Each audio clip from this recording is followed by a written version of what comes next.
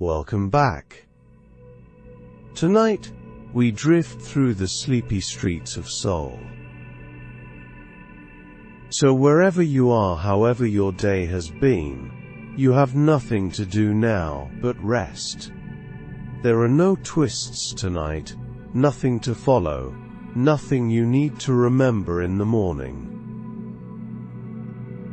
A city of granite peaks and glass towers, growing still beneath a wash of hazy light.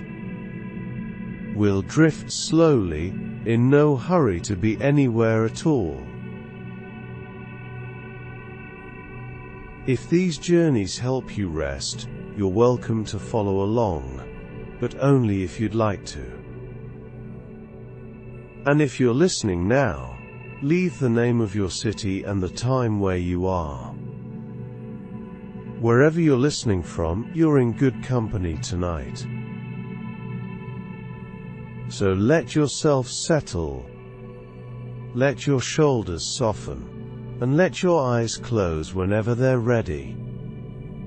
Breathe in slowly, and let it go. There's no need to stay awake for any of this. Just let the streets of Seoul come to you. The story of Seoul's origin is not one of conquest, but rather a profound sensitivity to the land itself. When this location was selected centuries ago, the decision was intentionally guided by an ancient wisdom called Hongsu, a Korean understanding of landscape and energy that mirrors the principles of feng shui. The city was settled here deliberately, finding its place in a basin nestled between the protective arms of mountains, which were perceived as natural guardians. You can still feel their quiet, formidable presence on the horizon today, a constant reminder of this foundational choice. At the city's core, the wide Han River flowed not just as a body of water, but as a promise of enduring prosperity, its steady current, a source of life and commerce. This careful, intentional balance of mountain and river forms the city's oldest secret, the deep, quiet reason why Seoul rests precisely here, held in this specific embrace of earth and water. The metropolis you encounter today was born from a landscape of near-total ruin, as the Korean War obliterated almost everything that stood before it. What rose from the rubble was a new city, constructed with a precipitous speed that prioritized function above all else. The rebuilding effort, which began in the 1950s, was a frantic race against time, leaving little room for sentiment or the careful preservation of historical structures. This stark pragmatism is etched into the very bones of modern Seoul, where the current landscape of glass and steel stands in direct, unblinking contrast to the memory of what was lost. It stands as a testament to an incredible resilience, while also serving as a quiet reminder of the immense cost of its own creation, where each skyscraper symbolizes a city that had to build a future by looking away from its past. Standing amidst the neon glow and towering structures of modern Gangnam, it is almost inconceivable to picture the landscape that existed here just a few decades ago. The name itself, which simply means south of the river, hints at its former periphery. In the 1970s, as a solution to the overcrowding in the city's historic center, the government initiated a plan that looked across the Han River to this quiet expanse of land. At the time, It was a pastoral scene of pear orchards and vast rice paddies stretching toward the horizon. The development of this area was a deliberate and calculated act of urban intervention, not an organic expansion, but a conscious decision to construct a new city center from nothing. The transformation was absolute, as the quiet fields were methodically supplanted by the rigid grid of streets and high-rises that now define one of the world's most recognizable neighborhoods, leaving the memory of the orchards buried deep beneath the pavement like a ghostly agricultural echo. The city's astonishingly rapid economic growth is often referred to as the miracle on the Han River, though this was not a miracle that descended from the heavens. It was built, piece by piece, with steel, concrete, and a relentless national effort. This transformation was driven by a powerful partnership between the state and a handful of family-owned conglomerates, known as chaebols, which became the engines of industrialization. They were given the monumental task of physically constructing the new Korea, and their logos are now stamped on everything from ships to smartphones. Their most lasting legacy, however, is the city itself, as they erected the highways, factories, and apartment towers that constitute the modern skyline. Seoul's contemporary form is a direct result of their ambition, and the nation's singular focus on economic progress, a city quite literally built by committee on a national scale. For nearly half a century, a stream flowing through the heart of Seoul was lost to public memory, paved over and hidden beneath the concrete and clamor of an elevated highway. This structure was a potent symbol of an era that prioritized automobiles and speed above all else, a monument to progress measured in traffic flow. Then, in 2005, the city made a remarkable and decisive choice to tear the highway down and bring the stream back to light. Its restoration was far more than a simple urban renewal project. It marked a profound philosophical shift in how Seoul perceived itself. The focus moved away from the automobile and back toward the individual walking on the street. Today, water flows where traffic once roared, creating a quiet, green corridor where people can gather, a powerful symbol of a city learning to breathe again. The summer of 1988 served as Seoul's formal introduction to the world, with the Olympic Games acting as a catalyst for immense and rapid change. This global debut provided a firm deadline that spurred a flurry of construction and urban transformation. With great purpose, the city prepared itself by digging new subway lines that tunneled beneath the crowded streets and creating the vast Olympic Park, a green space that remains a gift to the city's inhabitants. The Han River, long neglected and polluted, underwent a massive cleanup effort, its banks reshaped into the manicured parks we see today.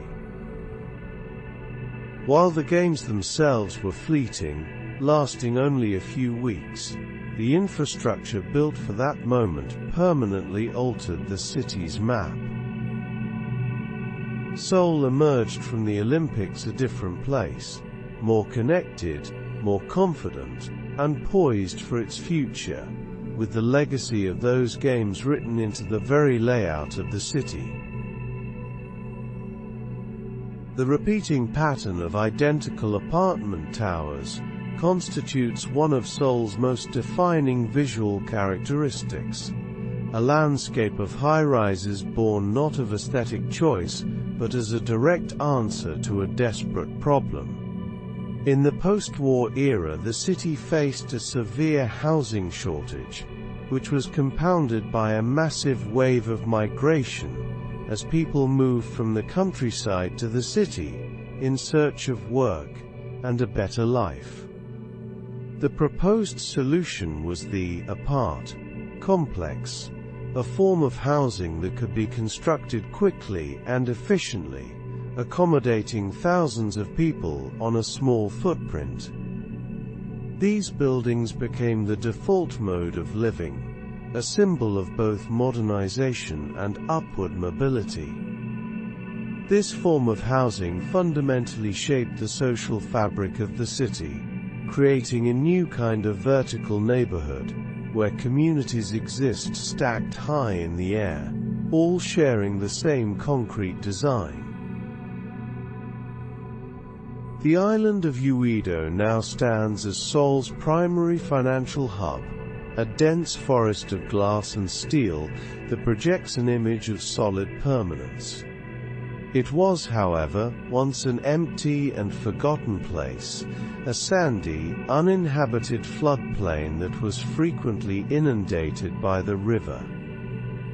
For years, its only significant use was as a makeshift airport for light aircraft. The island's transformation began in the 1960s with a massive feat of engineering, as a huge embankment was constructed to hold back the river and raise the land above the floodwaters. Only then could the ambitious vision of creating a Manhattan of Seoul begin to take shape. The island was methodically filled with the headquarters of banks, investment firms, and the National Stock Exchange, becoming a place entirely invented, a testament to the city's ability to create solid ground where there was once only shifting sand and water. For several centuries, the physical form of Seoul was defined by a single continuous line of stone. The original city wall, constructed in 1396, traced the ridges of the surrounding mountains, forming a protective circle that marked the boundary between the city and the wilderness beyond. For 500 years this was the extent of Seoul, and the great gates in the wall were the only points of entry and exit. Today the city has spilled far beyond these ancient limits, yet the memory of the wall persists in the urban landscape. The gates themselves, such as Namdaemun and Dongdaemun, have lent their names to the bustling districts that grew around them. They are no longer barriers but central points, major intersections where the life of the modern city swirls around them, standing as quiet stone anchors in the relentless flow of time. There is a layer of Seoul's history that is marked by acts of deliberate erasure and architectural dominance. During the Japanese colonial period from 1910 to 1945, the city's urban landscape was systematically altered, as the occupiers sought to assert control over the physical space. Royal palaces, the very symbols of Korean sovereignty, were demolished or intentionally obscured, while a new, rigid administrative grid was imposed over the city's more organic street plan. The most symbolic act was the construction of the massive Government General Building, which was placed directly in front of Gyeongbok Palace, intentionally blocking the view and dominating the historic heart of the city. This architectural imposition was a constant, physical reminder of colonial rule, an attempt to rewrite the city's story by force that left deep and lasting scars on its urban fabric. The Genbu Expressway is far more than a simple road. It is the central artery of modern South Korea. Constructed in the late 1960s, this highway connects the capital, Seoul, to the southern port city of Busan. The construction itself was a monumental national project, completed in an astonishingly short period of just 2.5 years. This expressway became the essential lifeline for the country's burgeoning export-driven economy, allowing goods manufactured in and around the capital to be transported swiftly to the coast for shipment to the rest of the world. The highway cemented Seoul's role as the undisputed command center of the nation's economic miracle, physically stitching the country together and enabling the rapid flow of materials, products and people. The road itself is a symbol of the Pali or hurry culture that built the nation, a straight line drawn toward progress. The year 1997 brought a sudden, chilling halt to Seoul's relentless forward momentum, as the Asian financial crisis swept through the economy and forced a painful period of national restructuring. This event, often referred to as the IMF crisis in Korea, was a national trauma that saw some of the seemingly invincible chaebol conglomerates collapse under the weight of their debt. The city's skyline, once a symbol of endless growth, suddenly seemed fragile and uncertain. Yet from this period of profound difficulty, a new kind of economy began to emerge. The crisis forced a cultural shift away from the ideal of lifetime employment at large corporations, fostering a new spirit of entrepreneurship. The creative and digital industries that define so much of Seoul today found their roots in this period of reinvention, as the city learned to be nimble, adaptable, and innovative. By the 1970s, Seoul was beginning to choke on its own success, its streets paralyzed by crippling traffic congestion that threatened to halt its growth. The only viable solution was to go underground. The construction of the city's extensive subway system was born out of this urgent necessity, a monumental feat of engineering that would fundamentally reshape the city's future. Tunneling beneath a dense, ancient city presented enormous challenges, but the result was a network that allowed Seoul to continue its vertical growth and densification. The subway freed the city from the constraints of its surface, enabling the development of new residential and commercial centers, all connected by this efficient subterranean web. It is the hidden circulatory system of the Metropolis, allowing millions of people to move quietly and efficiently beneath the chaos, making the city's immense scale manageable on a daily basis. For most of its history, the Han River was a wild and unpredictable force, its tendency to flood during the summer monsoon season keeping major settlements on higher ground and away from its banks. The river was a barrier, a source of life, but also a danger to be respected. The modern relationship with the river is entirely different, a result of a series of massive embankment and dam projects that finally tamed its powerful currents. This control over the water allowed the city to expand right up to the river's edge, making possible the creation of the extensive riverside parks that are now such a beloved part of city life. These green spaces, filled with bike paths, sports fields and picnic spots, exist only because the river is no longer a threat. The Han has been transformed from a wild natural force into a managed, recreational centerpiece for the modern city.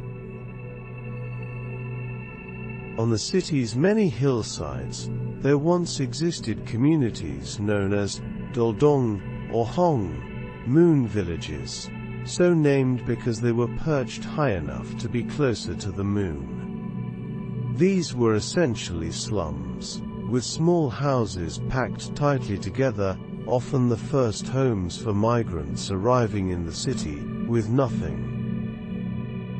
As Seoul modernized and grew wealthier, these villages became an uncomfortable reminder of a poorer past, and many were targeted for demolition in the name of urban renewal.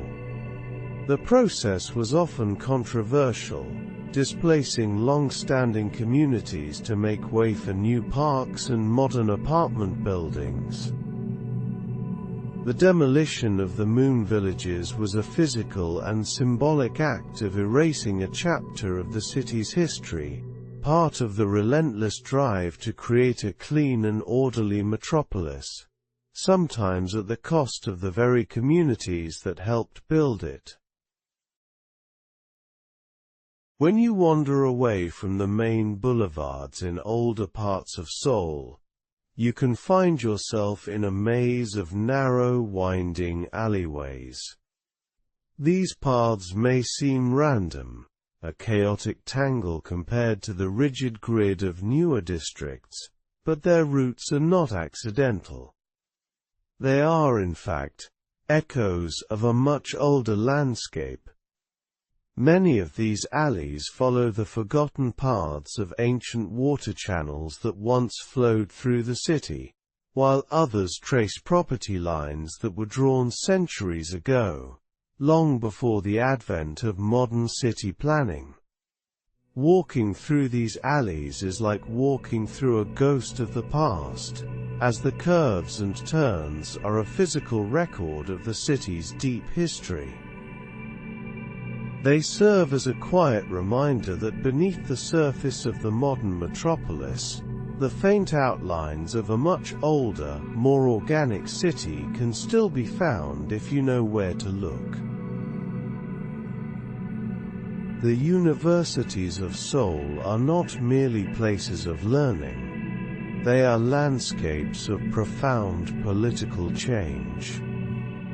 For decades, they were the epicenters of a powerful, student-led democracy movement that challenged the country's authoritarian governments. Campuses like those of Yonsei and Seoul National University became symbolic battlegrounds in the fight against military rule during the 1980s. The students acted as the conscience of the nation, a constant and vocal force demanding democratic reforms. Their protests, often met with a violent response, were a major factor in the country's eventual transition to a modern democracy. The quiet plazas and academic halls of these universities carry the memory of this struggle, places where a generation of young people found their voice and altered the course of their country's history, forging a political identity that resonates to this day. The neighborhood of Itaewon possesses a unique energy, a blend of cultures that feels distinct from the rest of Seoul. Its identity is directly and inextricably linked to the long-standing presence of the U.S. military. For decades, the massive Yongsan garrison sat adjacent to this small neighborhood, which grew up as a village serving the needs of the American soldiers stationed there.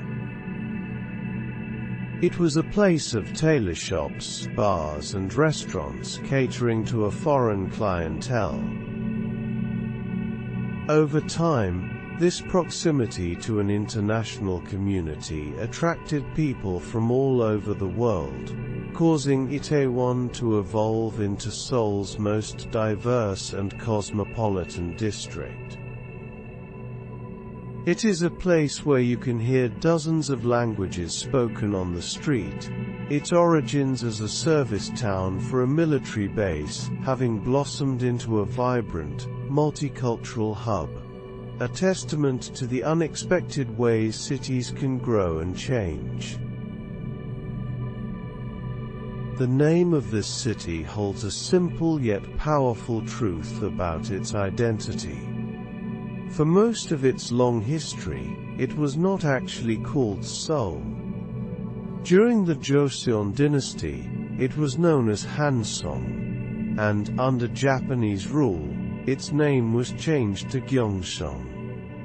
The name Seoul is different because it is not a formal, character-based name, but a native Korean word that simply means capital city. For centuries it was used as a common, vernacular term, a way people referred to the center of power.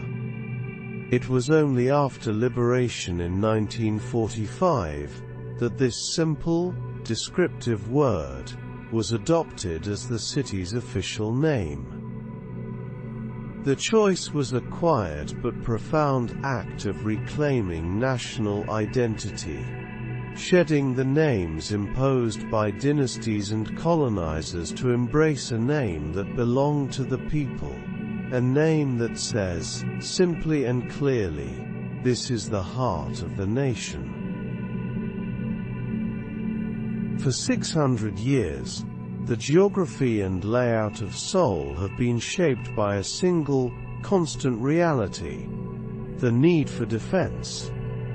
The city's very location was a strategic decision, as the capital was moved here, south of the former capital Kaesong, to create more distance from northern threats. It was designed from its inception as a fortress city. The surrounding mountains were not just a beautiful backdrop, they were the first line of defense, and the city wall was built along their ridges to create a formidable barrier. This strategic imperative has echoed through the centuries, explaining the city's historically compact, defensible core, and its focus on military readiness. Even today, in a city of skyscrapers and subways, the ancient logic of defense remains embedded in the landscape, a quiet reminder of its long and often precarious history. The vastness of modern Seoul can be deceptive, as it did not spring into being as a single monolithic entity. Instead, it grew by swallowing the smaller towns and villages that once surrounded it. The city's expansion was so rapid and relentless that it absorbed dozens of these independent communities, their old identities erased from the map, but not entirely from memory. The names of these former villages often survive in unexpected places, living on as the names of subway stations or specific neighborhoods.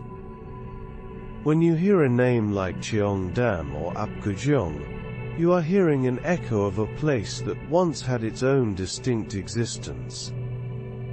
These names are like fossils embedded in the urban landscape, quiet clues to the city's past, and reminders of the many smaller places that were joined together to create the sprawling metropolis you see today. The Hangang Bridge was the first of its kind, a steel link across the wide river that was completed in 1917. It stood as a symbol of modernity, connecting the old city to the land south of the river for the first time. This symbol of connection, however, would become the site of a great national trauma. In the early days of the Korean War, as enemy forces advanced on the capital, a desperate decision was made to deliberately destroy the bridge to slow the invasion. The explosion was a catastrophic event, a moment of profound loss that is deeply etched in the city's collective memory. It was a brutal choice, sacrificing a piece of the city in an attempt to save the country. The bridge was eventually rebuilt, but the memory of its destruction remains a quiet reminder of the war's terrible cost, and the deep scars it left on the city and its people. The physical landscape of a city often tells the story of its economic evolution, and in Seoul, you can see a major economic shift written in concrete and glass. In the 2000s, the city transitioned from a manufacturing-based economy to one centered on technology and services, a change that is perfectly visible in a district like Guro. This area was once a landscape of factories, a key part of the country's industrial heartland. As manufacturing moved elsewhere, the old factory buildings were not simply abandoned, they were transformed. The area was rebranded as the Guro Digital Complex, a hub for IT companies and tech startups, with old industrial buildings converted into sleek office spaces.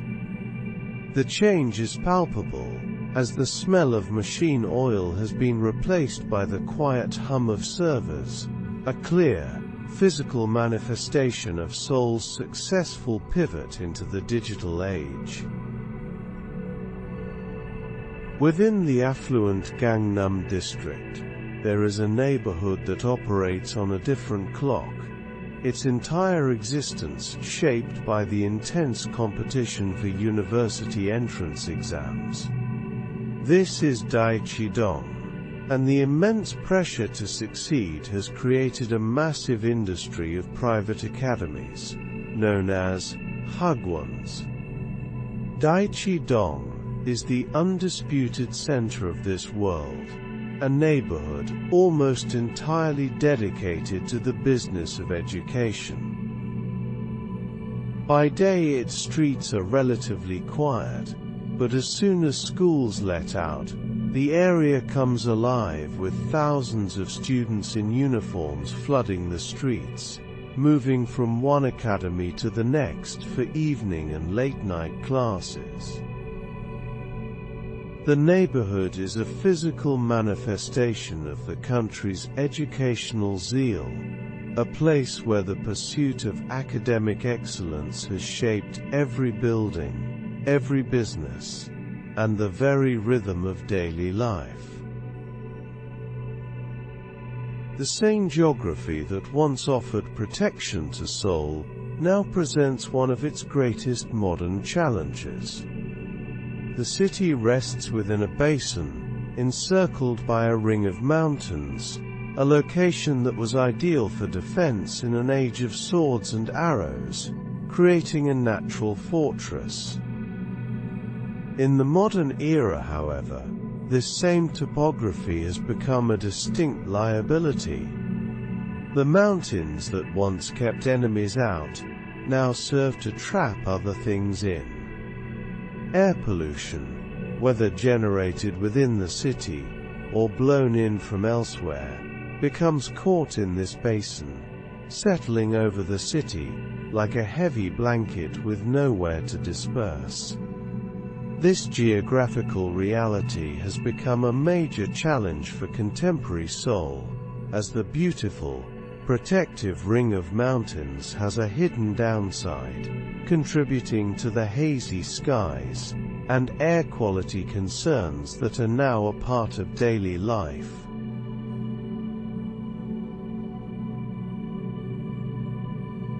In the middle of a district known for its bustling markets and ancient gates, a strange, silver object appears to have landed from the future. The Dongdaemun Design Plaza is a building that defies conventional architecture, looking more like a single, flowing piece of liquid metal that has been frozen in place.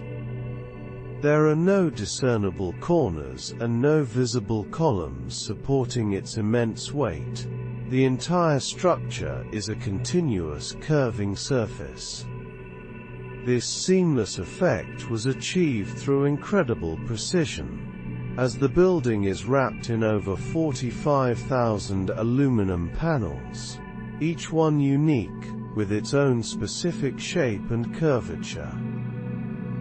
They fit together like an immense, complex puzzle, resulting in a building that feels less constructed and more grown, its surface constantly changing as it reflects the sky and the city lights.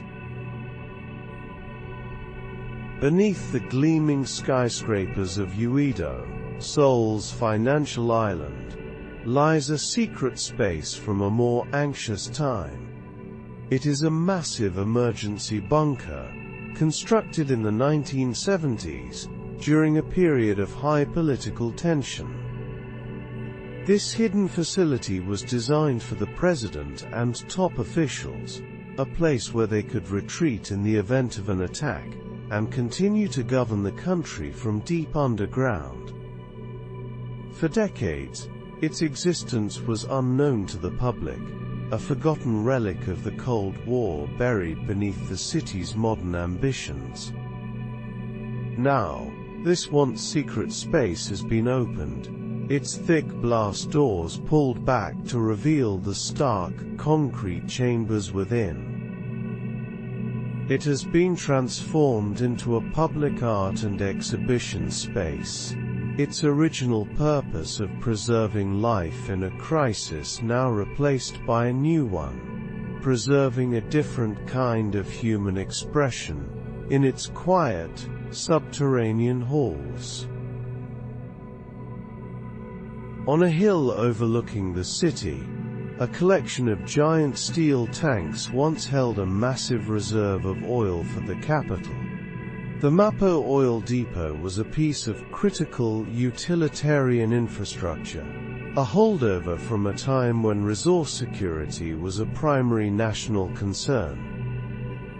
For years, these 5 enormous tanks sat unused and closed to the public, relics of a bygone industrial strategy. Instead of being demolished, however, they were given a remarkable new life, through a process of adaptive reuse.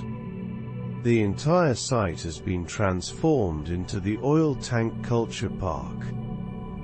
The tanks themselves, once filled with flammable liquid, have been carefully decontaminated and repurposed, allowing you to walk inside their vast, circular interiors.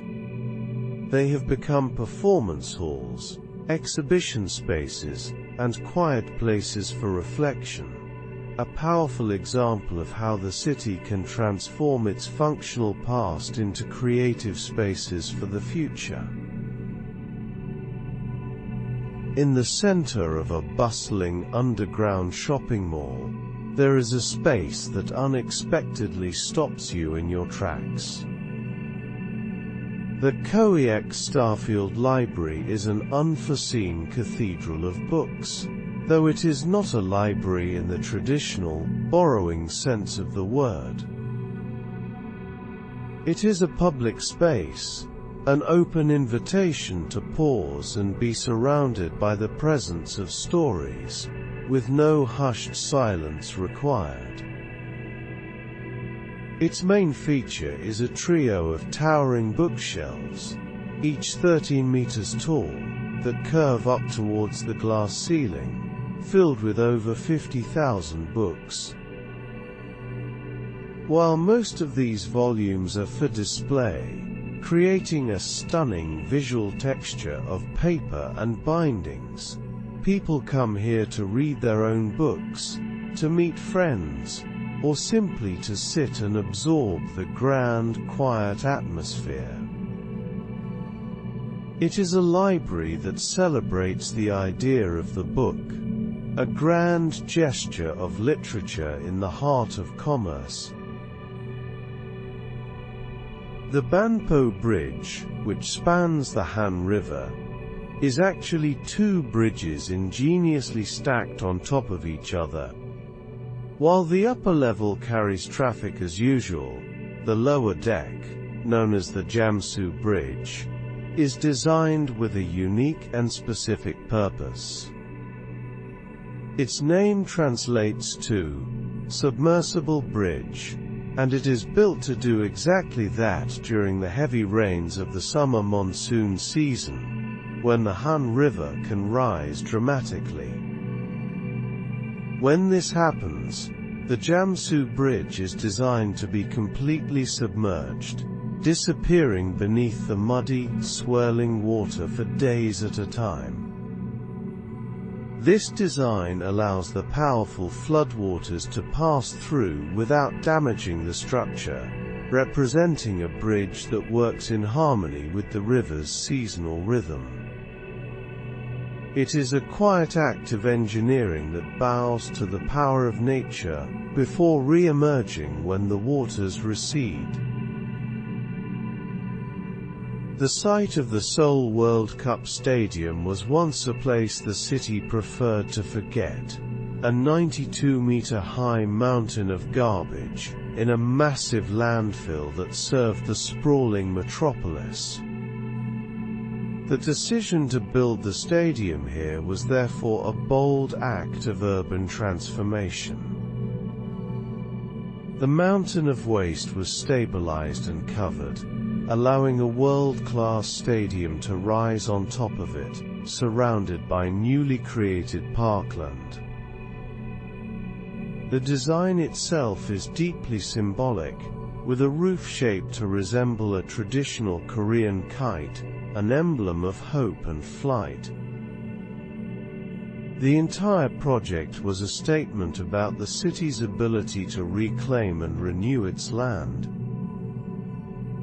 What was once a scar on the landscape is now a source of national pride, a place where the energy of thousands of fans now gathers, a testament to the idea that even the most forgotten places can be reborn. Deep beneath the streets of Seoul, there exists a subway station that time forgot. Underneath the busy modern Sinseoldong station lies a ghost station, built in the 1970s, as part of a planned subway line that was never completed. The platform was abandoned before it ever saw a single passenger, and it remains there today as a perfectly preserved time capsule. The signage, the tilework and the advertisements all reflect the distinct style of the 1970s, with an old train car sitting silently on the tracks. It is an eerie, silent space, a parallel world just a few meters below the bustling, modern subway network.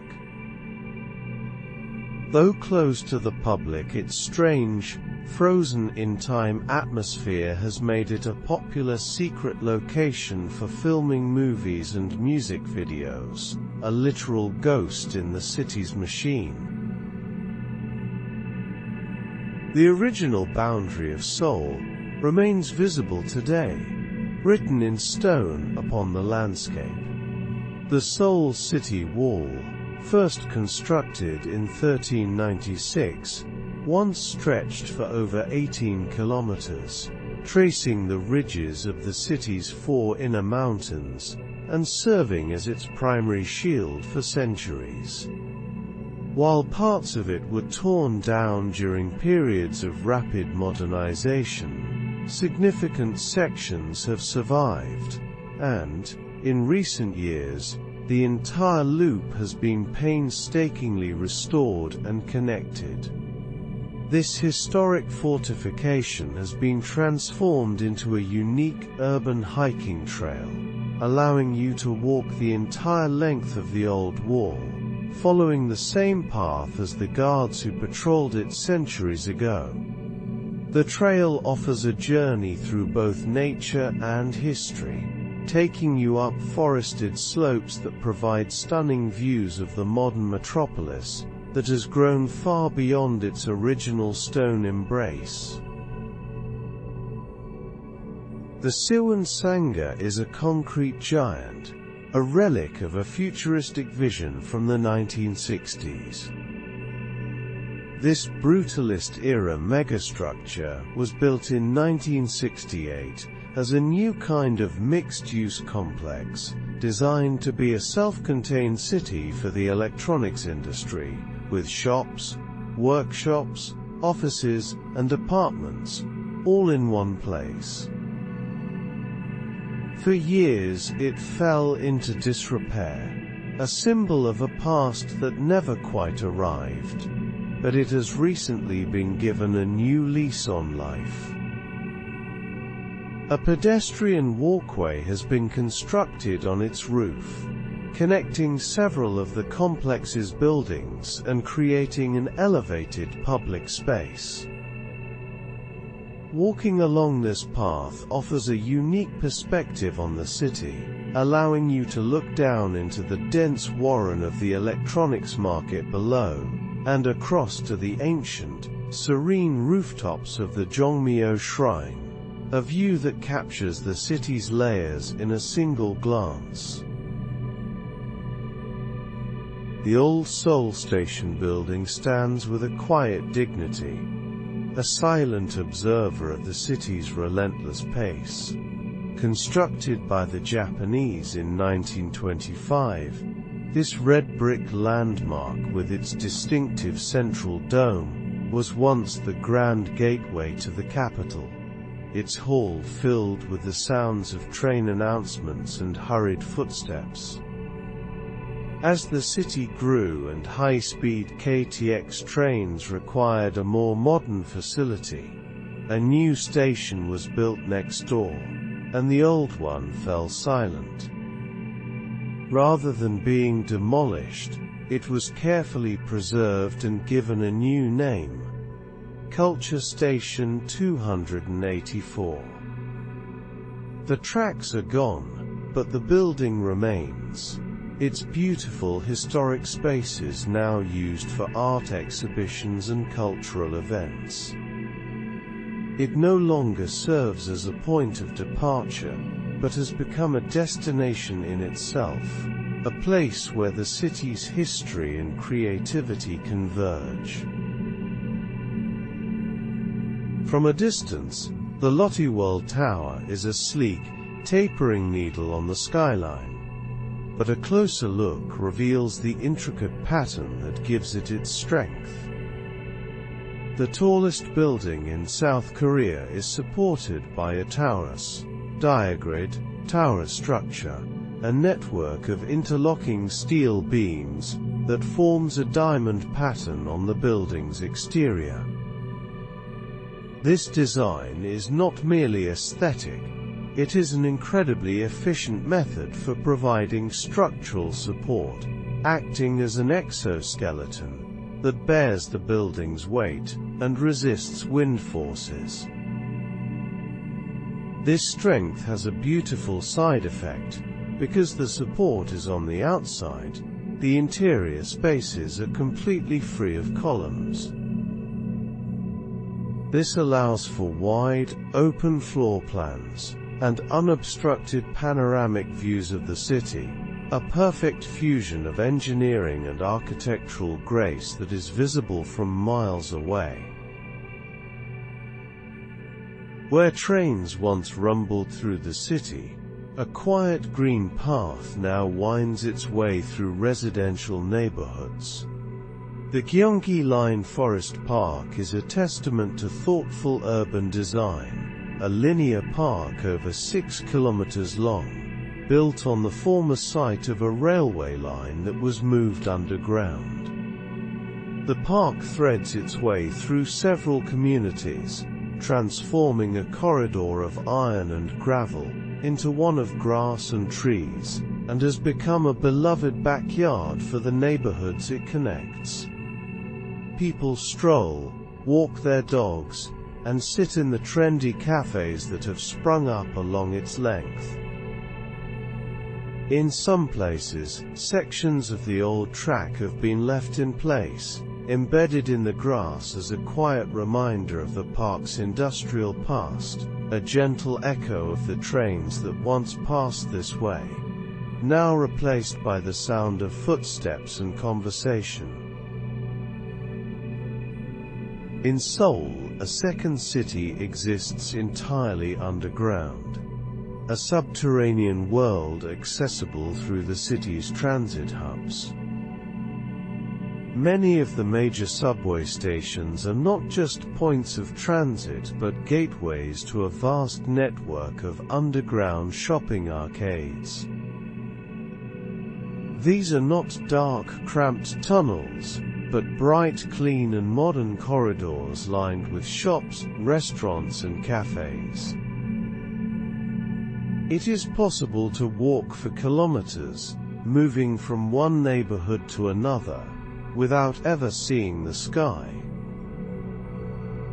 This underground network is a city within the city, offering a refuge from the summer heat, the winter cold, and the rain. It has its own rhythm, a quiet, climate-controlled hum, that is a world away from the noise and weather of the streets above, a hidden layer of commerce and convenience, just below your feet. The Ihwa Mural village clings to a steep hillside, a place that was once in danger of being forgotten by the rapidly modernizing city around it. It was a declining neighborhood, its narrow staircases and aging houses showing their years.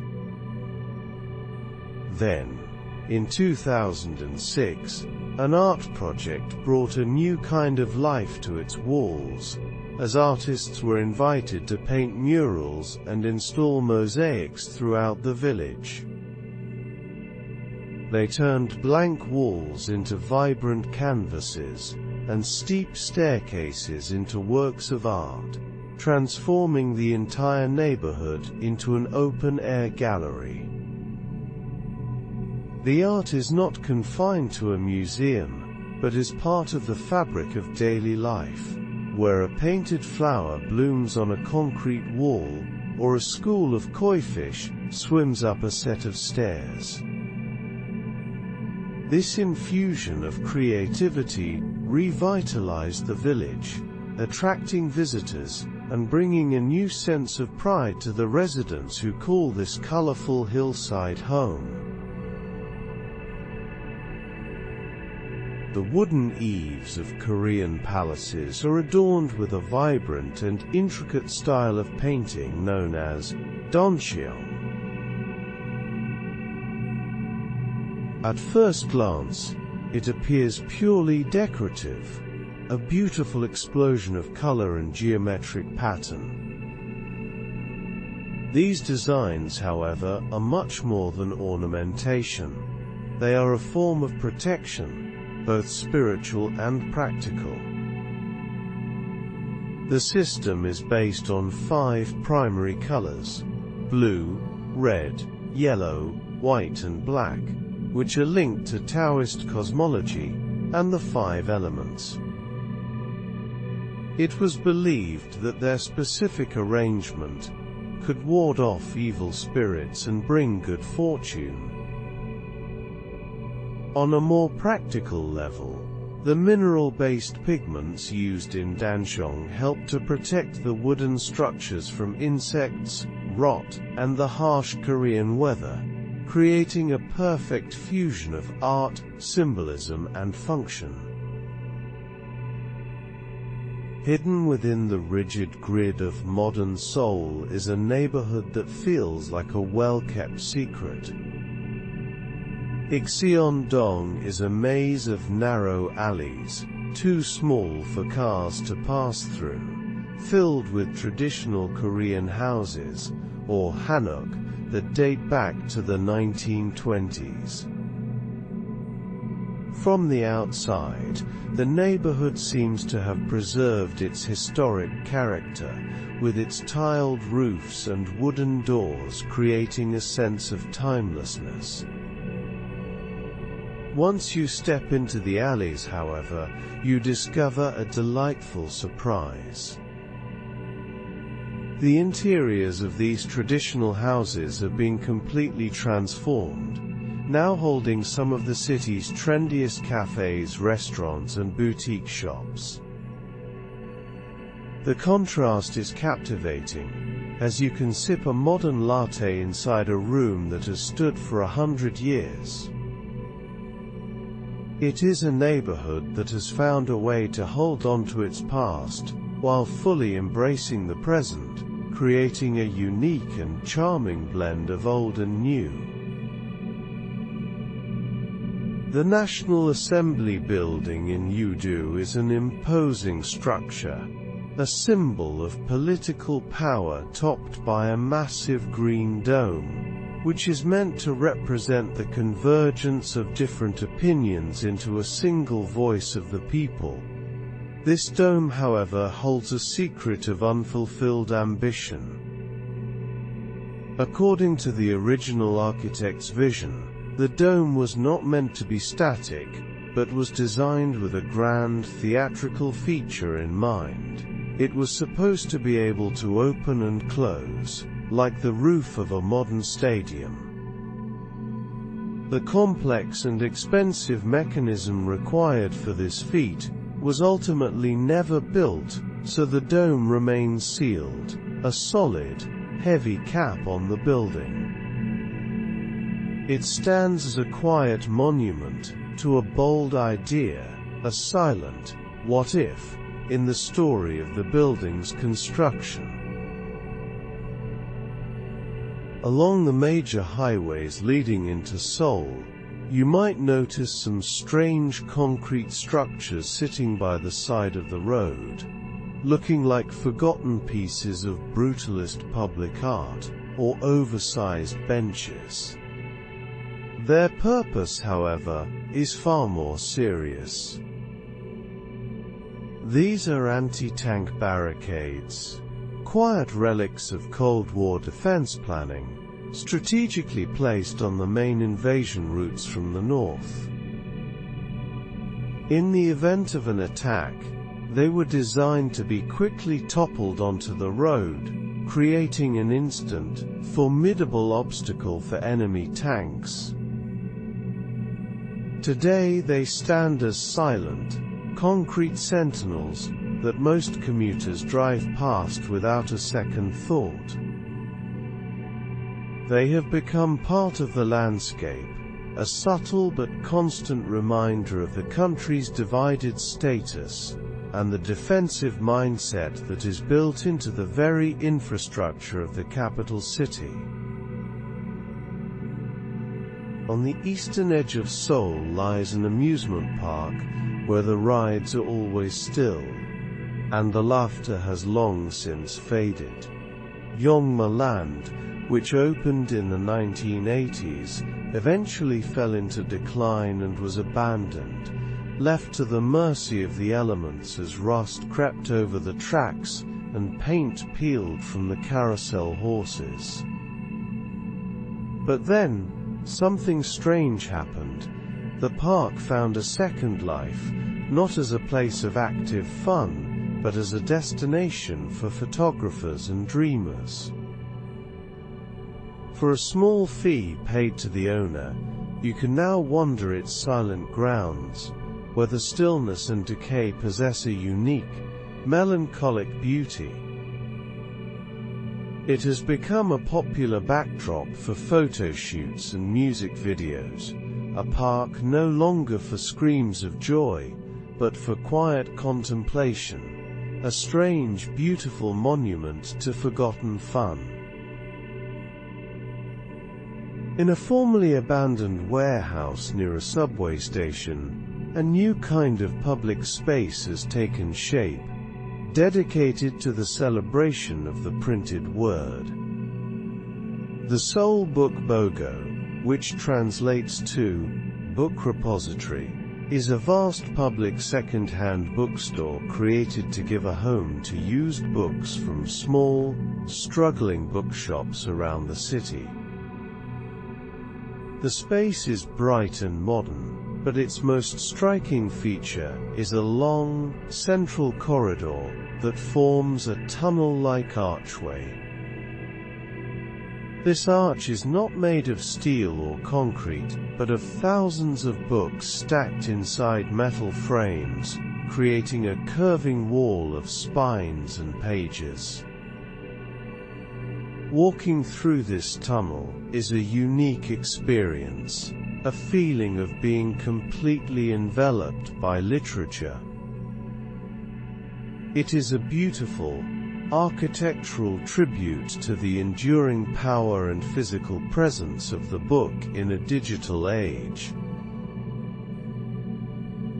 The Subterranean prison is a place of heavy, resonant silence. It was operational for nearly 80 years, from 1908 to 1987, a long and dark period in Korean history. Today it stands as a museum, a somber and necessary reminder of the nation's painful past. Walking through its preserved cell blocks is a chilling experience. As you can see the cramped, dark cells where Korean independence activists were held during the Japanese colonial era, and the workshops where prisoners were forced into labor. The tour culminates at the execution chamber, a simple wooden building that stands separate from the rest of the complex. The prison is a physical record of suffering, a testament to the brutality of colonialism and the subsequent military dictatorships. It is not an easy place to visit, but it is an essential one for understanding the sacrifices made in the fight for Korean freedom.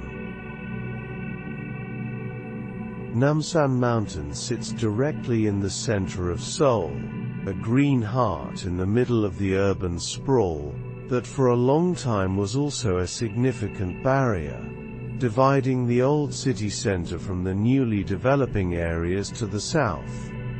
In the 1970s, a decision was made to go straight through it. The Namsan First and Third tunnels were blasted through the solid rock of the mountain, a major engineering feat that dramatically changed the flow of the city. The tunnels cut travel time and physically connected the old downtown with the new district of Gangnam. Driving through them today, it's easy to forget the mountain you're passing under, as they have become a seamless part of the daily commute for millions. They are the hidden arteries that allow the city to function, a testament to Seoul's willingness to reshape its own geography, to fuel its growth. Beneath the clean, modern streets of Seoul's newer districts, there is a hidden network that keeps the city running smoothly. It is a system of common ducts, or utility tunnels, which are large, walkable corridors that house all of the city's essential lifelines together. Power lines, communication cables, water pipes and heating ducts are all neatly organized within these concrete passages. This ingenious system has a major benefit. When maintenance is needed or a new line has to be installed, there is no need to dig up the streets. Workers can simply access the utility tunnel and perform their work, without disrupting the city above. It is a testament to forward-thinking urban planning, an invisible infrastructure that is one of the reasons why Seoul's surface can remain so orderly. A quiet, unseen system that ensures the city's complex needs are met efficiently. In the middle of a bustling downtown neighborhood, surrounded by office buildings and heavy traffic, there exists an island of profound peace. Jogye Temple is the headquarters of the Jogye Order, the largest sect of Korean Buddhism, and stepping through its gates is like entering another world. The noise of the city fades, replaced by the faint scent of incense, and the soft rhythmic sound of chanting. The temple's main Dharma hall is a magnificent wooden structure, its eaves decorated with intricate, danshong patterns, and it is one of the largest buildings of its kind in all of Korea. The temple courtyard is often decorated with thousands of colorful paper lanterns, especially during holidays, making it a vibrant, living center of faith. It is a spiritual anchor that holds its ground with a quiet strength amidst the relentless modernity of the surrounding city. An old elevated highway near Seoul Station once stood as a symbol of the city's car-centric past. Built in 1970, it was a concrete artery that carried traffic high above the ground, but as the structure aged, it was deemed unsafe for vehicles. Instead of tearing it down, the city chose a more creative path, and the overpass was reborn as Seoul 7017, an elevated park or sky garden. The name itself is a nod to its history, with 70 for the year it was built, and 17 feet for the year it was transformed. The concrete has been replaced with over 20,000 plants arranged in circular planters, creating a green path in the sky. It offers a new way to experience the city, allowing you to stroll peacefully above the noise and traffic, seeing familiar views from a completely new perspective.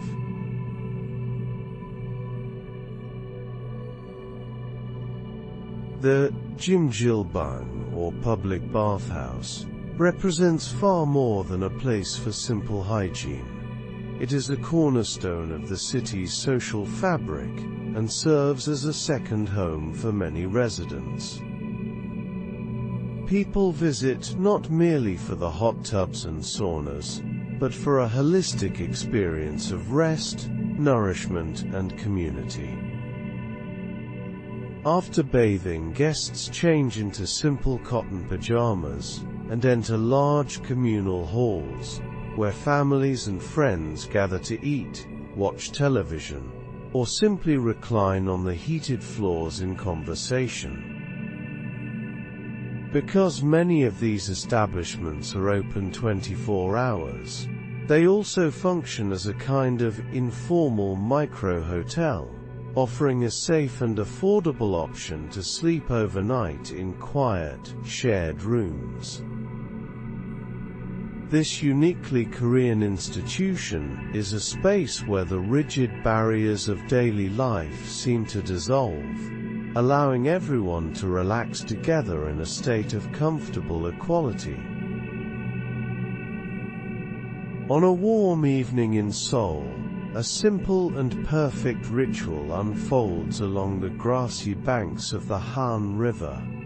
This is the culture of Chimakasaguva, a portmanteau of labalavaman of korokke chicken, and Korean word for beer, which describes the beloved pairing of crispy fried chicken and a cold beer. While countless restaurants serve this combination, one of the most cherished ways to enjoy chimek is outdoors. As the sun sets, groups of friends and couples gather by the river, spreading out picnic mats and placing their orders via smartphone. Soon delivery drivers on scooters arrive with fresh, hot boxes of chicken, and the sound of laughter and conversation mixes with the gentle breeze from the water. It is a simple pleasure, a way to unwind and connect, with the glittering skyline of the city providing a spectacular, modern backdrop. In Seoul, the concept of home delivery has been elevated to an art form, operating with a level of precision that is almost unbelievable. The service is not limited to a simple street address. You can be sitting on a specific bench in a vast public park, or at a numbered tent spot at a riverside campground, and still have a hot meal delivered directly to you. The drivers, usually on scooters, navigate the city's complex geography with incredible skill, guided by their smartphones, and an intimate knowledge of the urban landscape. This system is a fundamental part of the city's rhythm, enabling spontaneous picnics, late-night snacks, and meals for those working long hours. It is a network of constant motion, a silent army of drivers ensuring that almost anything you want can be brought directly to you, wherever you happen to be. Long before the rest of the city begins to stir, the Noryangjin fish market is already a whirlwind of focused activity, the cold air thick with the smell of the sea. Under the harsh fluorescent lights, a daily drama unfolds as the pre-dawn auction begins, a spectacle of sound and motion, where the auctioneer's calls are a rhythmic, almost musical chant. Restaurant owners and chefs move purposefully through the wet concrete aisles, inspecting the day's catch for the freshest seafood to serve in their establishments just hours later. One of the market's greatest rituals allows visitors to participate directly. You can purchase a live fish or octopus from a vendor downstairs, then take it to one of the simple restaurants upstairs, where it will be prepared for you on the spot. It is the freshest possible meal, a direct connection to the market's vibrant, chaotic heart. The coffee shop in Seoul is rarely just a place to get a quick caffeine fix. It is what sociologists call a third space, a crucial environment that is neither home nor work, but something in between. The city has thousands of cafes, many of which are open late, or even 24 hours a day, and they serve a vital role in the urban fabric. During the day, they function as informal meeting rooms for freelancers and business partners. In the evening, they transform into quiet libraries for students preparing for exams. Late at night, they become peaceful refuges for night owls, seeking a place to read or work in solitude.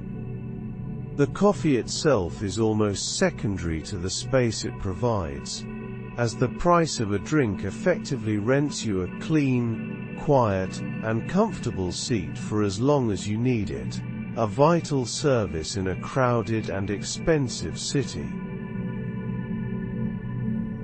There is a particular sound that defines a night out in Seoul, and it is the sizzle of pork belly, or samgyeopsal, hitting a hot grill. This is the defining soundtrack of a Korean barbecue restaurant, where the experience is a deeply communal ritual. A grill is built into the center of the table, and when the raw strips of meat are brought out, the cooking becomes a shared activity among friends. The air fills with savory smoke as people take turns flipping the meat. Another key sound is the metallic click of scissors and tongs, as the cooked meat is not cut with a knife but with a pair of sturdy scissors, snipping the pork into perfect bite-sized pieces. This act of cooking and sharing food together is a fundamental part of social life, a warm, noisy, and satisfying ritual of friendship and connection. On any given weekend, the mountains that ring Seoul are filled with people, as hiking is not just a casual hobby here but a full-fledged cultural phenomenon.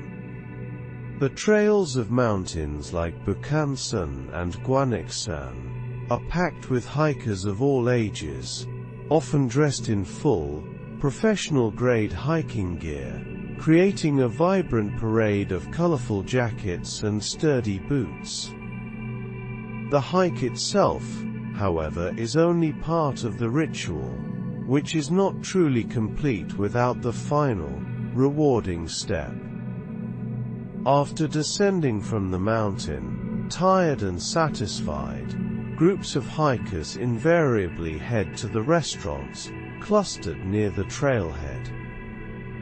Here, they share a large savory pancake called pajeong, and drink milky rice wine, or makgeolli, from small bowls.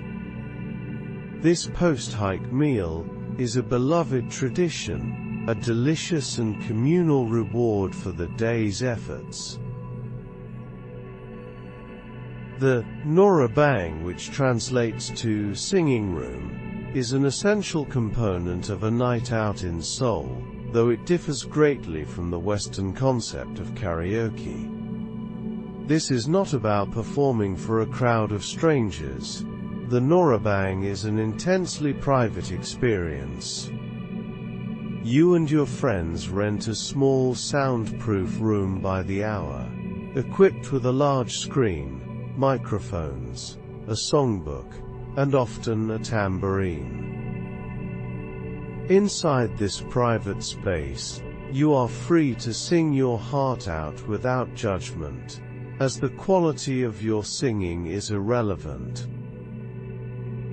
It is a place to release stress, to be silly, and to bond with friends or colleagues. The goal is participation and shared energy, a form of collective catharsis that plays out in thousands of small rooms across the city every night. As the night deepens and the bars begin to close, a different kind of light appears on the quiet streets of Seoul, the warm, orange glow of unhurried pojangmacha. These are tented street stalls, often on wheels, that materialize late at night, their orange or red tarps creating a small, inviting haven against the darkness.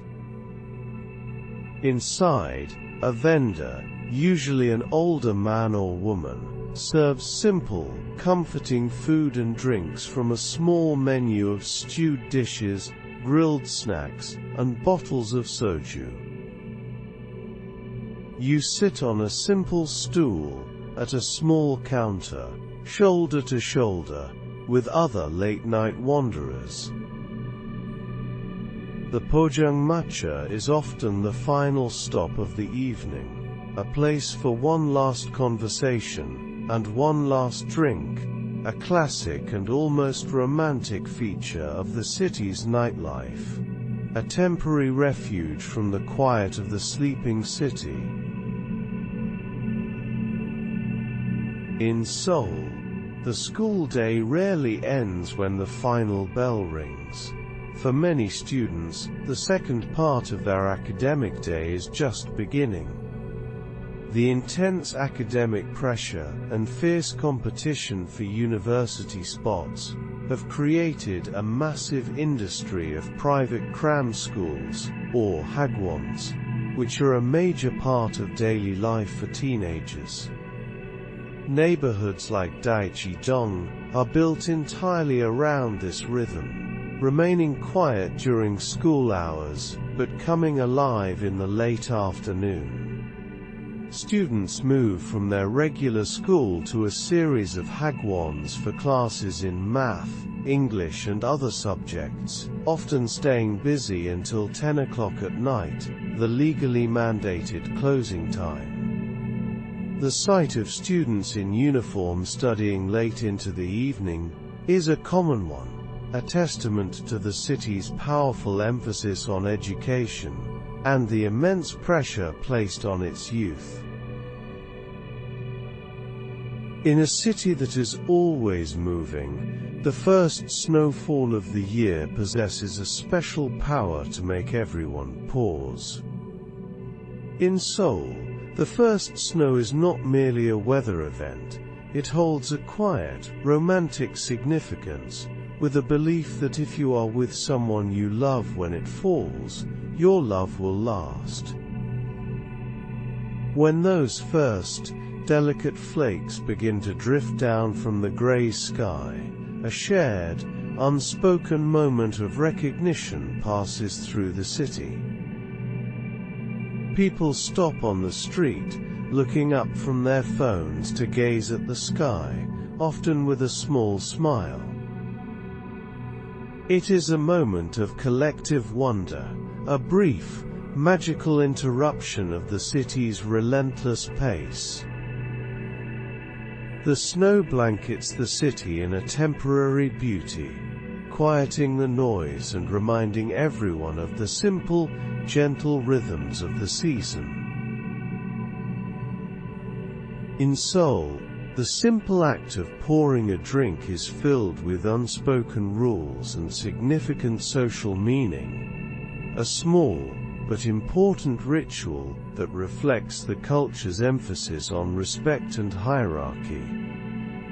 When you are pouring a drink for someone, especially an individual who is older or of higher status, you never use just one hand. The proper etiquette is to hold the bottle with your dominant hand, while using your other hand to gently support your pouring arm, usually at the wrist or elbow.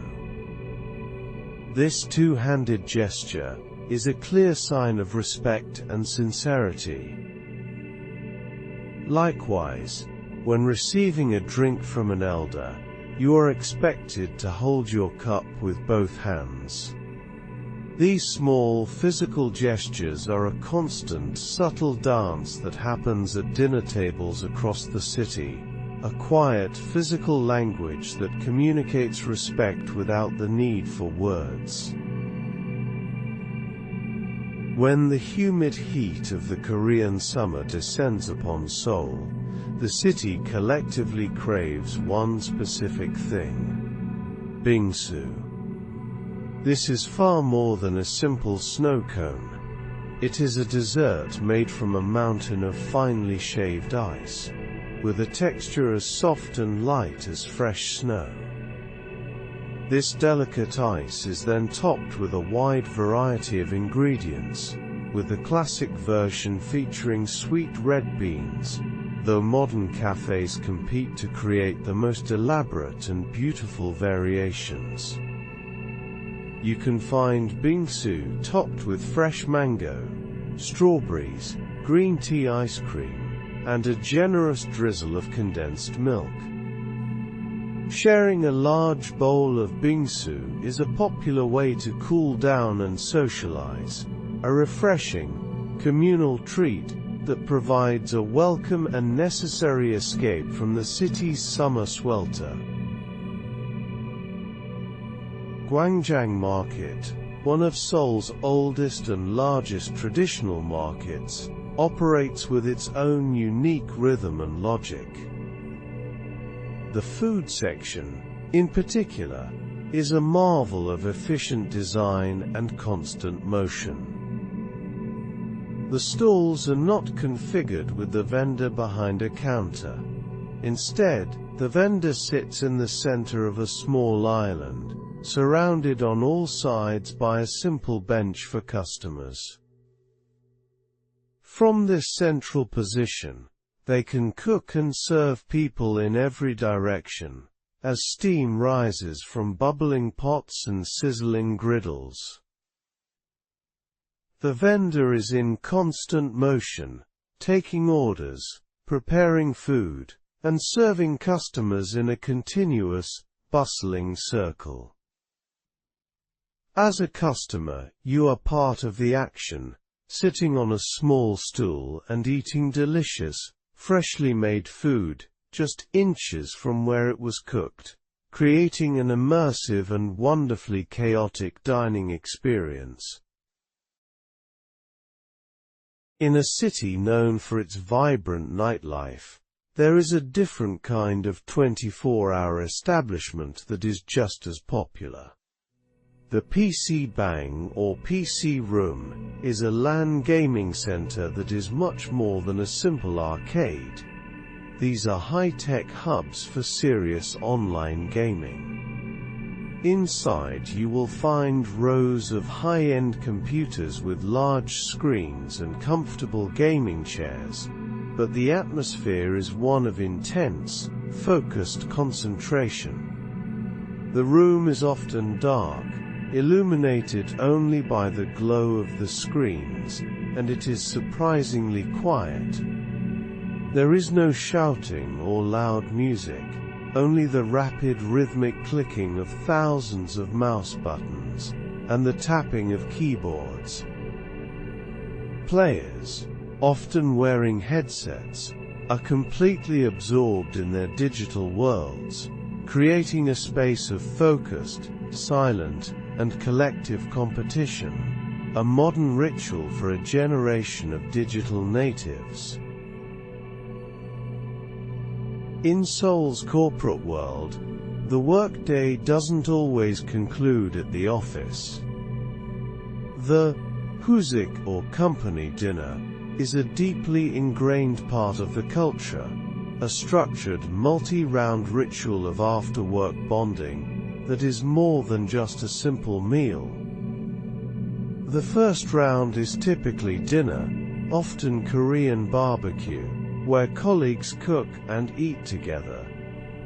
This is frequently followed by a second round at a bar for a quieter drink, and the night can then continue to a third round, which is often a trip to a tenta kemona fangs for some private stress-releasing singing. While participation is not always mandatory, it is strongly encouraged as a way to build team spirit and break down office hierarchies. It is a long-standing tradition that blurs the line between personal and professional life, a key ritual in the rhythm of the Korean workplace. The sound of K-pop is an inescapable part of the Seoul soundscape, heard in shops, cafes, and on the subway. But the creation of this music is a much more hidden process. The polished performances seen on screen are the result of thousands of hours of grueling practice. In neighborhoods like Hongdae and Gangnam, known for their entertainment agencies, you can sometimes get a hint of this hidden world. If you walk down certain streets late at night, you might hear the faint, muffled beat of dance music seeming to leak from the ground itself. This is the sound of a basement practice studio, where aspiring idols are dancing and rehearsing, often until dawn. It is a quiet, rhythmic echo of the immense hard work and dedication that fuels the city's most famous cultural export. In a city of 10 million people, all seemingly in a hurry, one might expect chaos on the subway platform. But the daily commute in Seoul is a display of remarkable unwritten order. As a train approaches, Passengers do not crowd the door.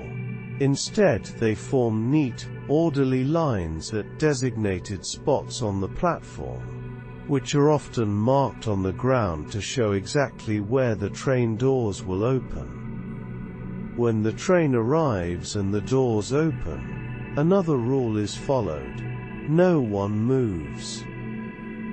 Everyone waits for the passengers inside the train to exit completely, before the lines move forward, and people board in an orderly fashion. It is a small, daily ritual of collective courtesy, a quiet, efficient dance that allows millions of people to move through the city with a minimum of friction.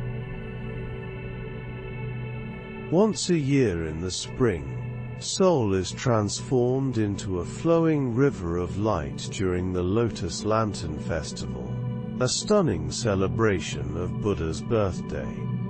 While the tradition is ancient, the modern festival is a city-wide event, highlighted by a grand parade that moves through the city center. The most magical part, however, can be found in the days leading up to it, when the area around Jogyesa Temple and along the Cheonggyecheon stream is decorated with thousands of intricate, handmade paper lanterns.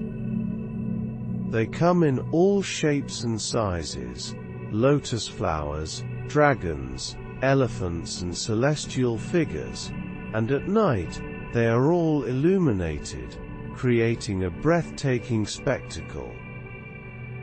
The lanterns cast a soft, warm glow on the city, transforming the familiar urban landscape into a dreamlike world of color and light, a beautiful, shared moment of peace and celebration. There is a particular smell that signals dinnertime in the residential alleys of Seoul, a comforting, savory, and slightly spicy aroma of kimchi jjigae, or kimchi stew. As evening approaches, this familiar scent begins to drift from the windows of apartments and houses. It is a staple of the Korean table, a hearty, bubbling stew, made from fermented kimchi, tofu, and often pork.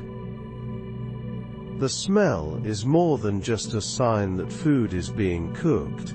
It is a deep-seated cultural signal, an aroma that signifies the end of the workday, the gathering of family, and the comfort of a home-cooked meal. For many who live in the city, it is the aroma of home itself, a simple, everyday occurrence that is one of the most fundamental and reassuring rhythms of life in Seoul.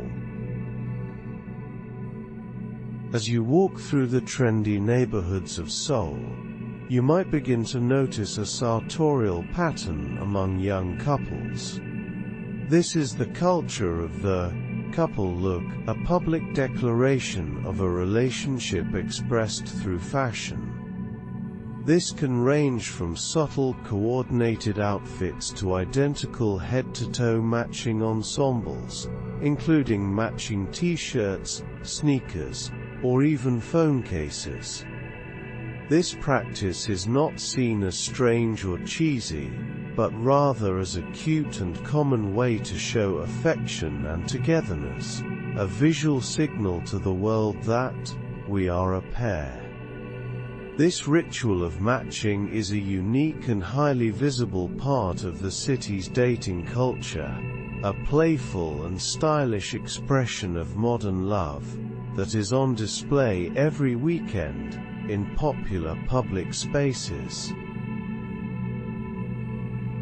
In the pre-dawn darkness, while most of the city is still asleep, a deep and rhythmic sound begins to echo from a temple in Gangnam. At Bonjunsa Temple, the monks begin their day with a chanting ceremony. The sound of the moktak, a wooden percussion instrument, keeping a steady, hypnotic beat, that carries through the quiet air. The monks' low chanting voices join in, creating a powerful wave of sound that offers a moment of profound peace. This ancient ritual takes place against the backdrop of the waking city, as the temple is surrounded by the skyscrapers of one of Seoul's most modern districts. The contrast is profound, with the timeless sound of the Buddhist ceremony providing a spiritual anchor against the rising tide of the city's morning rush. In Seoul, there is a powerful social force, known as the ajumma.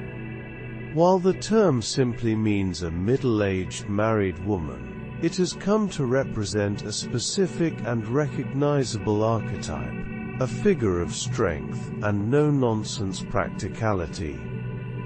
The classic ajumma is often recognizable by her short, permed hair, her comfortable and functional clothing, and her confident, take-charge attitude. You will see them in the markets, running businesses with formidable skill, and in the parks in the morning, power walking for exercising groups, often wearing large sun visors. They can be formidable, but they are also frequently the backbone of their families and communities. The ajumma is a respected and sometimes feared figure, a true force of nature who helps keep the city running with her energy and determination. The daily lunch break for Seoul's vast army of office workers, or Husa-won, is a highly synchronized event that unfolds with remarkable precision across the city. At exactly noon, a quiet shift occurs, as elevators in office towers fill, and the streets below suddenly teem with people in business attire. The restaurants in office districts, which were empty moments before, are instantly packed, the pace fast and efficient. By 12:45, the restaurants begin to empty out again, but the ritual is not over.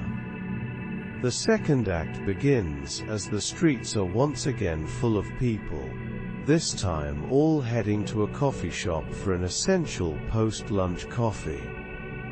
By 1 p.m. the streets are quiet again, as everyone returns to their desks, ready for the afternoon. The delivery drivers of Seoul work incredibly hard, navigating the city's busy streets in all kinds of weather to ensure packages and meals arrive promptly. In recent years, a quiet, heartwarming tradition has emerged to acknowledge their efforts. It has become common for people to leave a small gift for their delivery driver, a simple gesture of thanks and appreciation. This often takes the form of a small bag of snacks, a bottled vitamin drink, or a cold coffee, hung on the doorknob with a short handwritten note that might say, "Thank you for your hard work," or "Please drive safely." It is a small, anonymous act of kindness, a way of connecting with the person on the other side of the transaction, and has become a widespread and touching ritual of warmth and humanity in the fast-paced life of the city.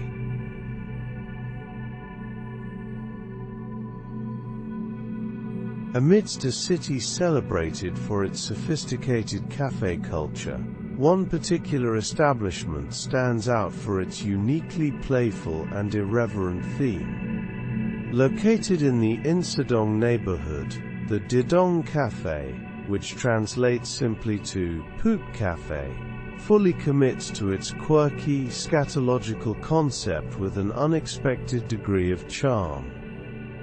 Here, lattes are presented in colorful, miniature toilet-shaped mugs, while pastries and other confections are artfully shaped to resemble the cafe's namesake. The decor is filled with cute, cartoonish characters and plush toys that continue the theme, creating a strange and humorous, yet surprisingly clean and bright, environment. This cafe serves as a testament to Seoul's playful spirit, showcasing an ability to transform even the most unlikely subject matter into a fun and memorable experience, guaranteeing an afternoon coffee you are unlikely to forget. In front of the COX Convention Center, a piece of global pop culture history has been immortalized in bronze. A giant sculpture commemorates the song that made the Gangnam District famous around the world. But it is not a statue of the artist Psy. Instead, it is a massive sculpture of two hands, crossed at the wrists, frozen in the signature, horse-riding, dance move from the hit song Gangnam Style. The sculpture is enormous, a powerful and slightly surreal presence in the middle of the busy plaza. When you stand underneath it, a sensor is triggered, and the song itself begins to play from nearby speakers. It is a bold and humorous monument to a fleeting moment of viral fame, a strange and specific tribute to a song that put this neighborhood on the world's cultural map in a very unexpected way. The winters in Seoul can be bitterly cold, with winds that sweep through the canyons of skyscrapers, making the simple act of waiting for a bus a chilling experience. In some parts of the city, however, a small and thoughtful innovation offers a welcome moment of relief. Certain bus stops have been equipped with heated benches, a simple but brilliant idea that provides a pocket of comfort in the freezing air. As you sit down on the wooden or stone bench, you feel a gentle, surprising warmth that makes the wait much more bearable. This small act of civic kindness is a perfect example of the city's attention to detail and its use of technology to improve the daily lives of its citizens. It is a quiet, hidden warmth that you only discover when you take a moment to sit and wait.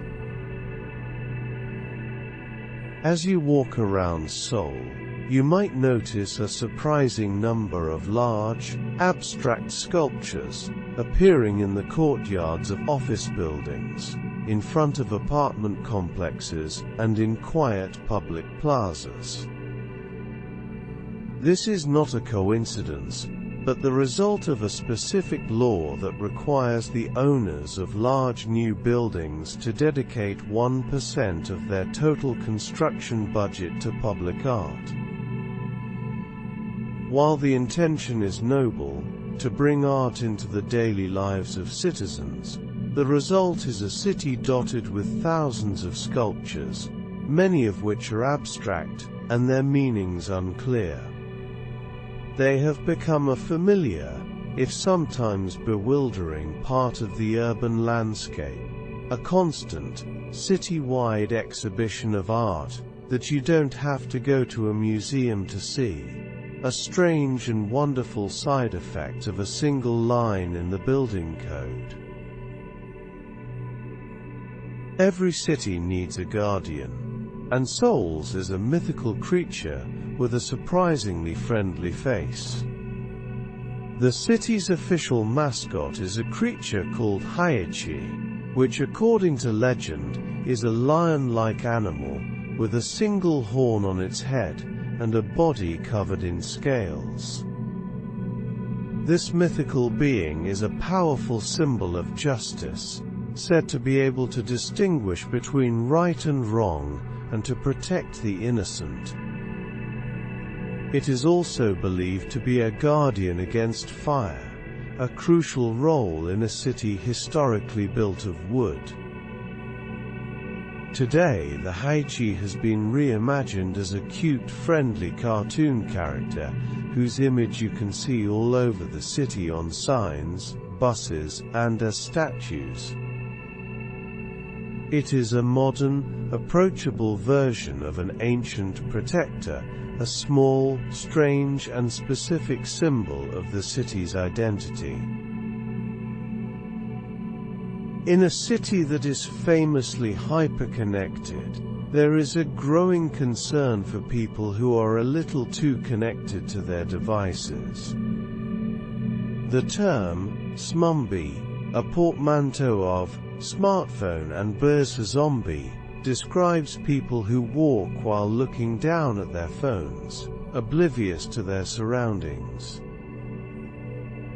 To combat the dangers this poses, Seoul has implemented a clever and specific solution at some crosswalks by embedding LED strips into the pavement.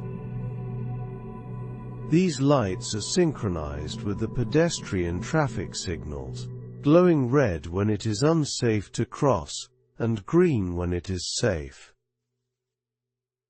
This creates a line of light that is visible even to someone looking down at their phone. A small, strange and very modern solution to a very modern problem, a safety feature designed for the digital age.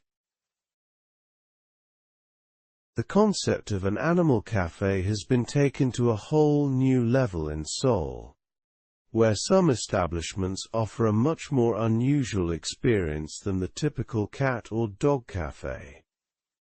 The city is home to cafes where you can sip your coffee in the company of more exotic animals. There is a cafe where curious raccoons will try to investigate your pockets, and another where a mob of meerkats will scurry around your feet. In one of the most famous, a live sheep wanders freely among the tables as patrons enjoy their drinks.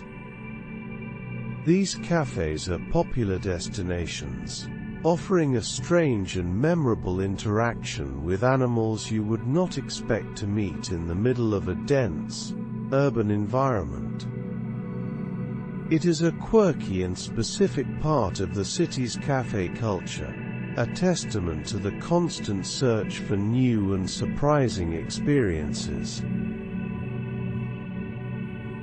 The bus system in Seoul is a complex network, but it operates with a simple, elegant logic that is hidden in plain sight.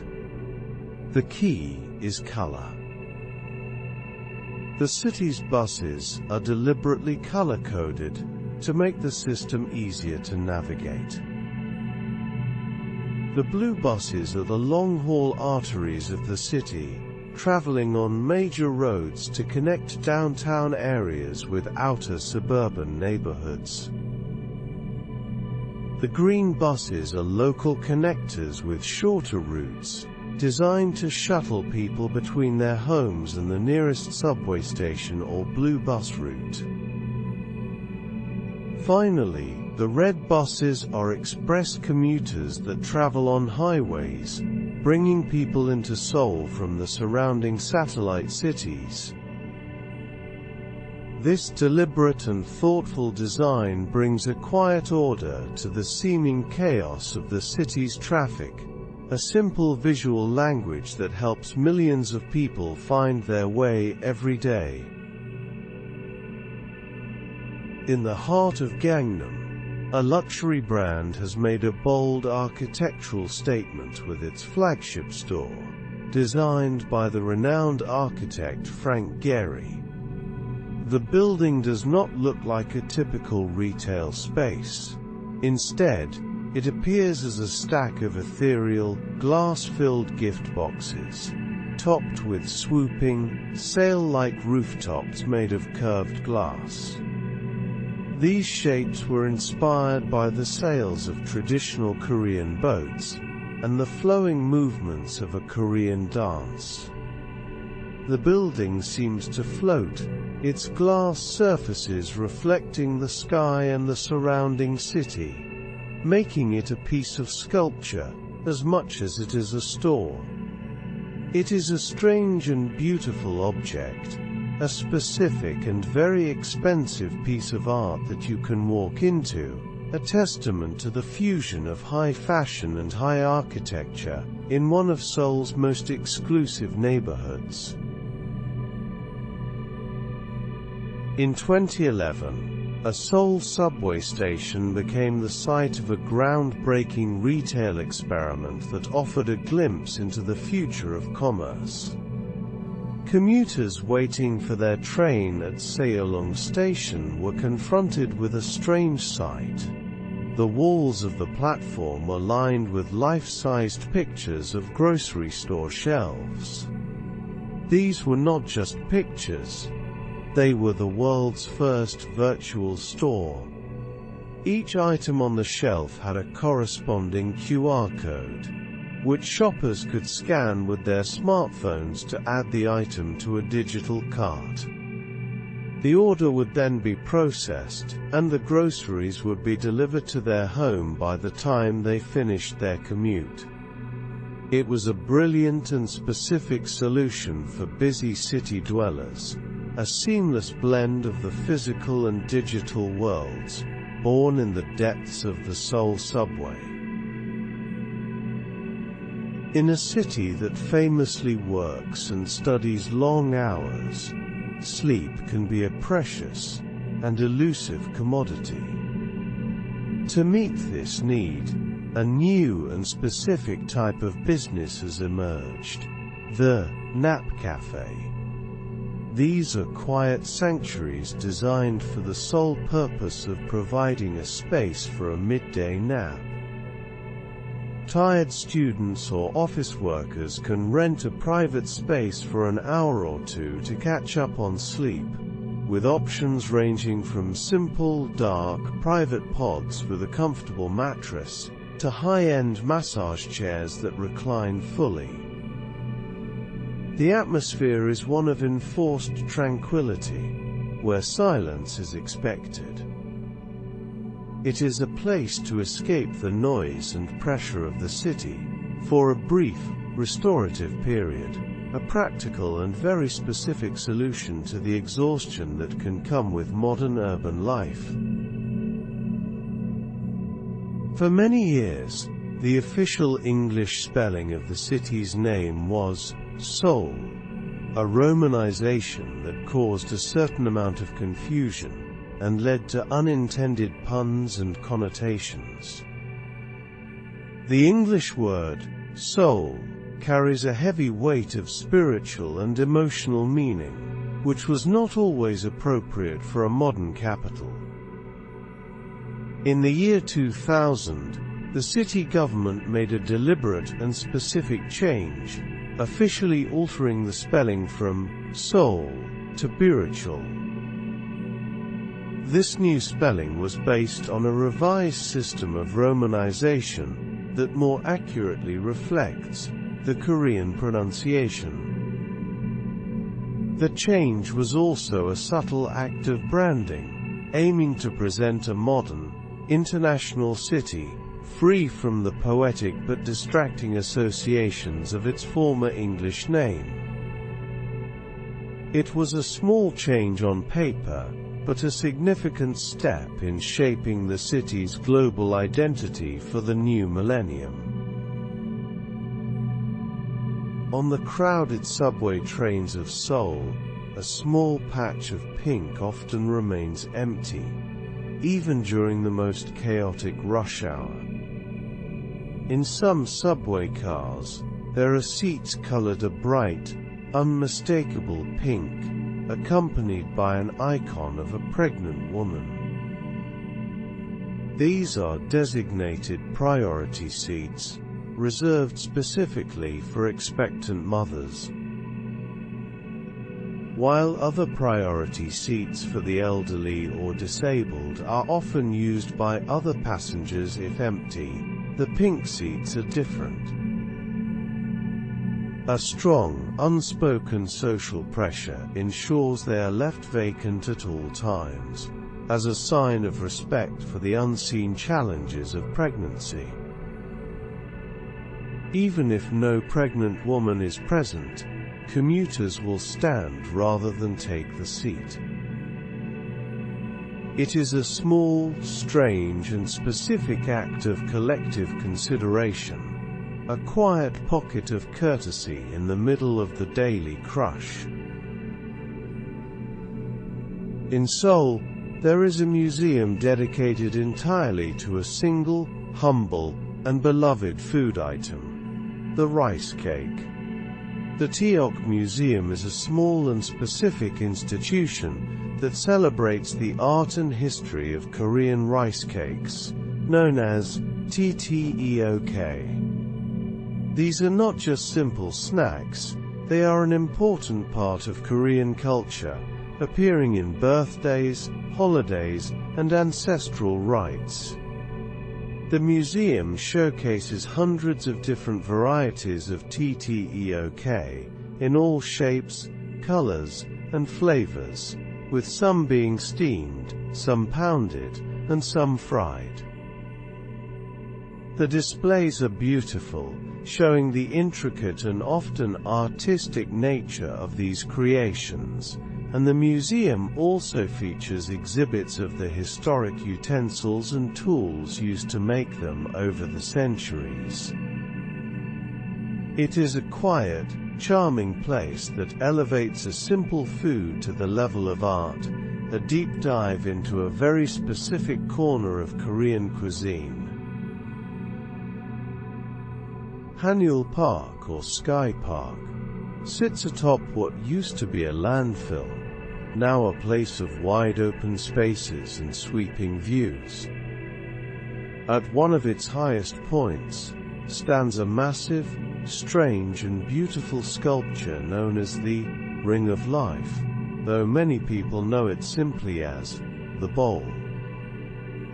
It is a huge, 17-meter-tall structure made of stainless steel, shaped like a giant ring or portal, with a purpose that is almost entirely aesthetic. It is a frame. Visitors line up to take photos, positioning themselves so that the ring perfectly frames the distant Seoul skyline or the setting sun. It has become an iconic photo spot, a piece of art designed to help you create your own art, a simple, specific, and very popular structure that serves as a giant, open-air lens for viewing the city. Sometimes, in a quiet residential neighborhood in Seoul, you might hear a disembodied voice from a loudspeaker that is not an advertisement or a political campaign. It is the city government, speaking directly to its citizens. The city sometimes deploys small trucks equipped with large speakers on their roofs, which drive slowly through neighborhoods broadcasting public service announcements. The messages can be about anything, from reminding residents about new recycling rules, to providing information about a public health initiative like flu shots. It is a low-tech but surprisingly effective way to disseminate information at a very local level, a strange and specific form of civic communication. It is a throwback to an earlier era that still finds its use in the modern, high-tech city, a friendly voice from the government rolling down your street. In a city already known for its futuristic leanings, a new museum is being built that takes this idea to the next level. Seoul is constructing a robot and AI museum, and the building process itself is part of the exhibition. In a fascinating twist, robots are being used to build their own museum. Large robotic arms are being employed for parts of the construction, tasked with assembling, welding and polishing the curved metal panels of the building's facade. The process is a demonstration of the very technology the museum will celebrate. It is a strange and specific example of the medium being the message, as the museum will not just contain exhibits about robotics. The building itself will be an exhibit, a testament to the current capabilities of automated construction, and a very literal vision of building the future. At the entrance to the port of Incheon, the main gateway to Seoul by sea, a pair of lighthouses guide ships safely into the harbor. One of them is a standard, functional red lighthouse, but its partner is anything but conventional. The other lighthouse is shaped like a giant, white baseball bat, standing on its end, with a bright red baseball perched on top. This strange and specific design is a tribute to the city's beloved professional baseball team, the SSG Landers. It is a wonderfully quirky and playful piece of public infrastructure that turns a functional navigational aid into a piece of pop art. It is a local landmark that brings a smile to the faces of sailors and visitors alike, a small, strange and delightful reminder that even the most serious things can have a sense of humor. The red telephone booth is a nostalgic symbol of a bygone era, and in most cities, they have been removed or left to rust. In one district of Seoul, however, they have been given a charming and specific new purpose. In Songpa-gu, a number of these old, red telephone booths have been converted into tiny, free public libraries. Where the telephone once sat, there are now shelves filled with books, operating on a simple book-crossing principle, where anyone can take a book that interests them, and is encouraged to leave one for someone else to find.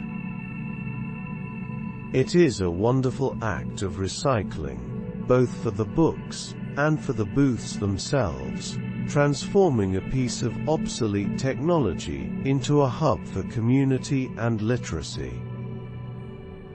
It is a small, strange, and beautiful idea. The Seoul metropolitan government is known for its efficiency and the long hours its employees work, so to combat afternoon fatigue and boost productivity, it has adopted a surprising and progressive policy. It has an official siesta policy for its 10,000 employees, encouraging workers to take a nap of up to 1 hour during the workday. Special lounges with beds and reclining chairs are provided for this purpose, with dimmed lights and a quiet atmosphere. This policy is a recognition of the simple biological fact that a short rest can dramatically improve concentration and performance in the afternoon. It is a strange and specific policy for a government office, a forward-thinking approach to employee well-being that one would not expect to find in such a fast-paced, work-oriented culture. On weekend nights in Seoul, a special kind of market appears as if by magic, living up to its name, the Bamdokkaebi Night Market. It is named after the Dokkaebi, a mythical goblin from Korean folklore known for being mischievous and appearing at night to surprise humans. The market is a co-goblin market that has no permanent home, popping up in different locations, often in the parks along the Han River, only on Friday and Saturday nights.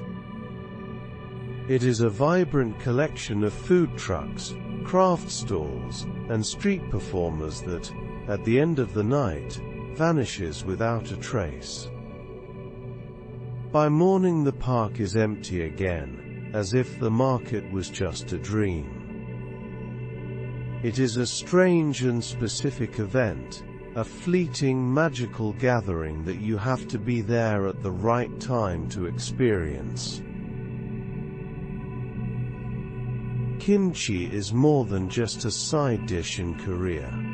It is the heart of the cuisine, and a source of immense national pride, so important that it has its own museum in Seoul.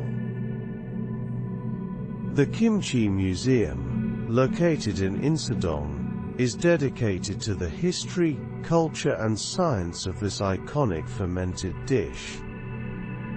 Inside you can learn about the origins of kimchi, and how it has evolved over the centuries. The museum showcases the incredible diversity of the dish, with displays featuring over 180 different varieties from various regions and seasons, highlighting the different ingredients and fermentation processes. For those who want a hands-on experience, the museum even offers classes where you can learn how to make your own kimchi, providing a strange and specific deep dive into a single, iconic food. In the youthful, artistic neighborhood of Hongdae, there is a museum that actively plays with your perception of reality.